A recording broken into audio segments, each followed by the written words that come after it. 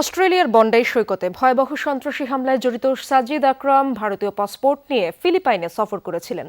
তার ছেলে নাভিদ গিয়েছিলেন অস্ট্রেলিয়ার পাসপোর্টে। হামলায় ব্যবহৃত গাড়ি থেকে আইইডি বোমা আর আইএসের পতাকা উদ্ধার করেছে সিডনি পুলিশ।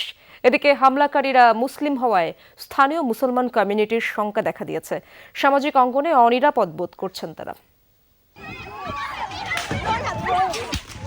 সিডনির বন্ডাই সমুদ্র সৈকতে স্মরণকালের সবচেয়ে ভয়াবহ সন্ত্রাসী হামলায় স্তব্ধ গোটা অস্ট্রেলিয়া।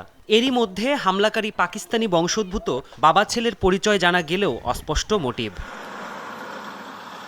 হামলায় ব্যবহৃত গাড়ি থেকে উদ্ধার হয়েছে আইইডি বোমা ও জঙ্গি গোষ্ঠী আইএসের পতাকা। প্রাথমিক ধারণা, জঙ্গি গোষ্ঠীটির সাথে হামলাকারীদের ছিল সম্পৃক্ততা। পুলিশ আরও জানায়, 1 থেকে 28 নভেম্বরের মধ্যে ফিলিপাইনে সফর করেছিলেন বাবা ছেলে। ফিলিপাইন সরকার বলছে, ভারতীয় পাসপোর্ট ব্যবহার করে দেশটিতে গিয়েছিলেন সাজিদ আকরাম।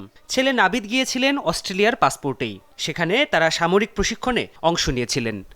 I can confirm that they did travel to the Philippines. দুই হামলাকারী ফিলিপাইন গিয়েছিলেন, সে বিষয়ে সন্দেহের কোনো অবকাশ নেই। তবে তারা কেন গিয়েছিলেন, সেই সফরের উদ্দেশ্য কি ছিল, এ ব্যাপারে তদন্ত চলমান।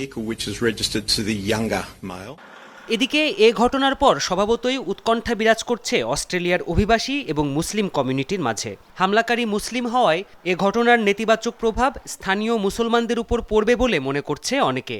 যেহেতু অ্যাটাকার মুসলিম ছিল, সেটা একটা জেনোফোবিক হেট্রেড এখানে ফিউয়েল করবে। তো সেই ক্ষেত্রে অস্ট্রেলিয়ার মুসলিমদের জন্য এখন বড় সমস্যাটা হচ্ছে সামাজিক নিরাপত্তা। সেটাই আমাদের কমিউনিটি থেকেও বারবার বিভিন্নভাবে বলা হচ্ছে। 2021 সালের আদমশুমারি অনুযায়ী অস্ট্রেলিয়ায় মুসলিম জনসংখ্যা 8 লাখের কিছু বেশি। অপরদিকে দেশটির প্রায় 1.5 লাখ মানুষ নিজেদের ইহুদি হিসেবে পরিচয় দেন। প্রাণপ্রতিম কুণ্ডু, যমুনা নিউজ। মা, পিম্পল 5 দিনেই চলে যাবে। যাবে না মা। যাবে, নিমের 5 অংশের পাওয়ারে 5 দিনেই দূর হবে পিম্পল। হিমালয়া পিউরিফাইং নিম ফেস ওয়াশ।